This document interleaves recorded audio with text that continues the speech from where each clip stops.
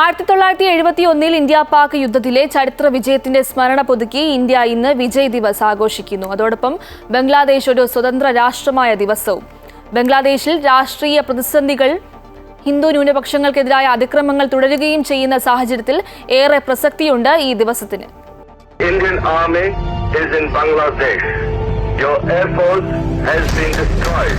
You are surrounded on all sides. And if you don't surrender, you will be killed unmercifully. Indian സായുധ സേനയുടെ പോരാട്ട വീര്യം കൊണ്ട് പാകിസ്ഥാൻ സൈന്യത്തെ തോൽപ്പിച്ച ദിനം 1971 ഡിസംബർ 16-നാണ് പാകിസ്ഥാൻ സൈന്യത്തെ നമ്മുടെ ഇന്ത്യൻ സൈനികർ പരാജയപ്പെടുത്തി ബംഗ്ലാദേശ് രൂപീകൃതമാകുന്നത്. അന്നത്തെ പാകിസ്ഥാൻ സേനയുടെ കമാൻഡറായ ജനറൽ അമീർ അബ്ദുള്ള ഖാൻ നിയാസി ഇന്ത്യയുടെയും ബംഗ്ലാദേശിന്റെ മുക്തി ബാഹിനിയുടെയും സംയുക്ത സേനയ്ക്ക് മുന്നിൽ കീഴടങ്ങി. 93,000 പാകിസ്ഥാൻ സൈനികരാണ് അന്ന് ഇന്ത്യയുടെ സൈനിക ശക്തിക്ക് മുന്നിൽ അടിയറവ് പറഞ്ഞത്.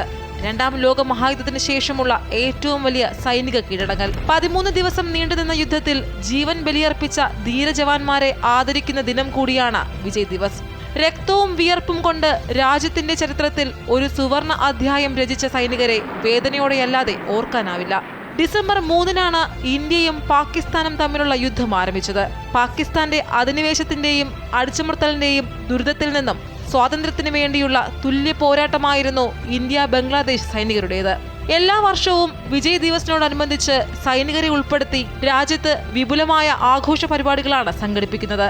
ബംഗ്ലാദേശിലെ പ്രതിരോധ സേനയുടെ ഭാഗമായിരുന്ന മുക്തി ജോധാസും സായുധ സേനയിലെ സേവനമനുഷ്ഠിക്കുന്ന ഉദ്യോഗസ്ഥരും എല്ലാ വർഷവും കൊൽക്കത്തയിൽ ഇന്ത്യൻ സൈനികരോടൊപ്പം വിജയ് ദിവസ് ആഘോഷത്തിൽ പങ്കുചേരാറുണ്ട്. ഇത്തവണ 53-ാം വാർഷികം ആഘോഷിക്കുമ്പോൾ 8 സ്വാതന്ത്ര്യ സമര സേനാനികളാണ് എത്തിയത്. അതേസമയം തന്നെ ബംഗ്ലാദേശിലെ വിജയ് ദിവസ് പരിപാടികളിൽ പങ്കുചേരാൻ 8 ഇന്ത്യൻ യുദ്ധവീരന്മാരും 2 ഇന്ത്യൻ സായുധ സേനാ ഉദ്യോഗസ്ഥരും ധാക്കയിലും എത്തി. ബംഗ്ലാദേശിൽ രാഷ്ട്രീയ അനിശ്ചിതത്വവും ഹിന്ദു ന്യൂനപക്ഷങ്ങൾക്കെതിരായ അതിക്രമങ്ങൾ തുടരുകയും ചെയ്യുന്നതിനിടെയാണ് ഇത്തവണത്തെ ആഘോഷമെന്നത് ശ്രദ്ധേയമാണ്. National desk, Amrita TV.